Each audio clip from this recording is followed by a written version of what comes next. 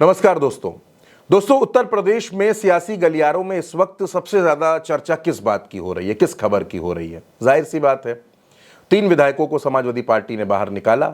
मनोज पांडे को, राकेश प्रताप सिंह और अभय सिंह को। ये तीनों विधायक ये कह रहे हैं कि हम लोग तो समाजवादी पार्टी के साथ थे ही नहीं, हमें निकाला क्यों, निष्कासित क्यों किया और अच्छा किया, हमें घुटन महसूस हो रही थी। तमाम बातें हो रही हैं। मैं आज बात करूंगा मनोज पांडे की।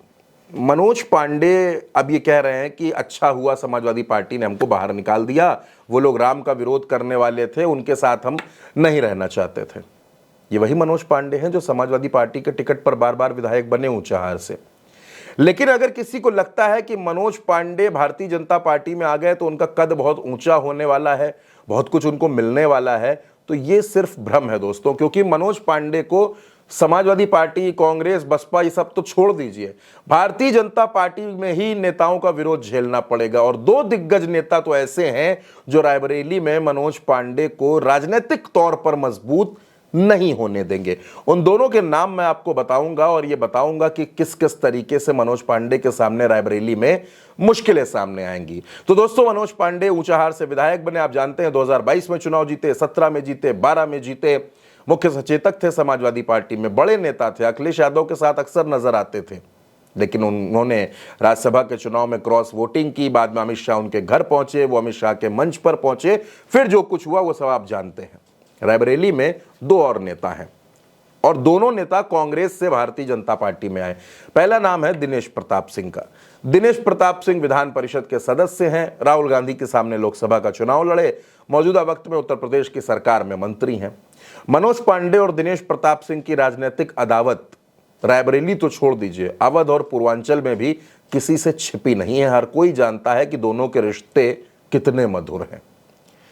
आपको याद होगा, दिनेश प्रताप सिंह जब लोकसभा का चुनाव लड़ रहे थे तो अमित शाह अपने साथ दिनेश प्रताप सिंह को लेकर मनोज पांडे के घर पहुंचे थे, वहां मुलाकात हुई थी।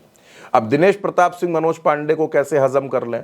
और ऊंचाहार में भी मनोज पांडे का विरोध हो रहा है। भारतीय जनता पार्टी में खूब विरोध किया जा रहा है कि आखिर ये क्यों भारतीय जनता पार्टी में, इन्होंने तो बार बार भारतीय जनता पार्टी को हराया है। मनोज पांडे आजकल सरेनी की तरफ भी देख रहे हैं। उनको लगता है कि अगर ऊंचाहार में बात नहीं बनी तो सरेनी से चुनाव लड़ा जा सकता है, लेकिन सरेनी में भी लोकल लीडरशिप उनका विरोध कर रही है। यानी दिनेश प्रताप सिंह और मनोज पांडे के रिश्ते कैसे हैं ये आपको पता है। दिनेश प्रताप सिंह कभी नहीं चाहेंगे कि मनोज पांडे रायबरेली की राजनीति में मजबूत हो जाए। अब एक अगला नाम है विधायक अदिति सिंह का। रायबरेली सदर के विधायक, बाहुबली अखिलेश सिंह की बेटी हैं।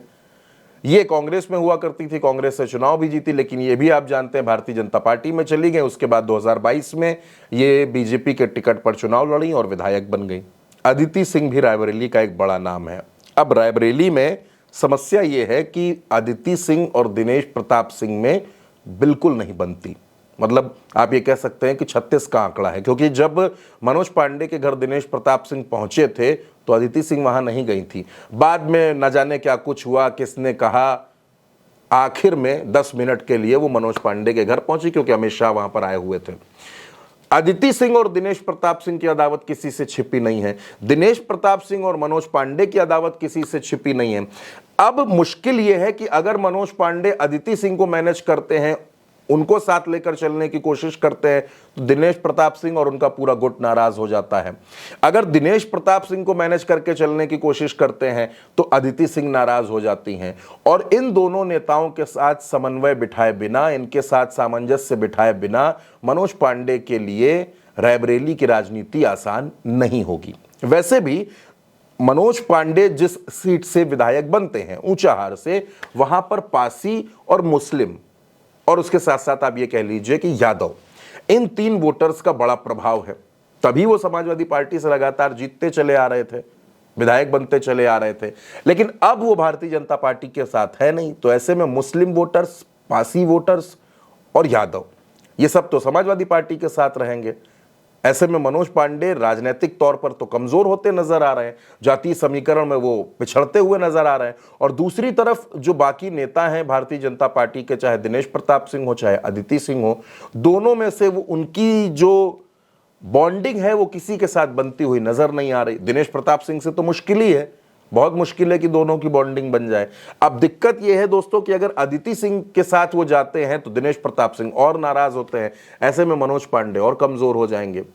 दूसरा चर्चा यह भी है कि मनोज पांडे विधायकी से इस्तीफा देकर के उपचुनाव लड़ेंगे ऊंचाहार में, तो क्या वो उपचुनाव जीत लेंगे? ये सवाल तो मनोज पांडे के मन में भी होगा, भारतीय जनता पार्टी के मन में भी होगा। भले ही मनोज पांडे को लग रहा हो कि सरकार उनकी है, सत्ता उनकी है, वो बीजेपी के साथ है, तो उपचुनाव तो जीत लेंगे, लेकिन जो राजनीतिक समीकरण जमीन पर हैं, जो जातीय समीकरण हमको दिख रहे हैं, उस लिहाज से तो मनोज पांडे के लिए राजनीति बड़ी मुश्किल है। बहुत मुश्किलों का सामना उनको करना पड़ेगा। कुल मिलाकर के मनोज पांडे के लिए राजनीतिक दौर आसान नहीं रहने वाला। एक तो ये समीकरण और दूसरा दिनेश प्रताप सिंह और अदिति सिंह का फैक्टर। तो अब ऐसे में मनोज पांडे क्या करेंगे? क्या मनोज पांडे अपने राजनीतिक जीवन की सबसे बड़ी भूल कर बैठे हैं? इस खबर पर हमारी नजर लगातार बनी रहेगी। आप क्या सोचते हैं? आप अपनी राय कमेंट बॉक्स में जरूर बताइएगा। भारत एक सोच को सब्सक्राइब कीजिएगा। नमस्कार।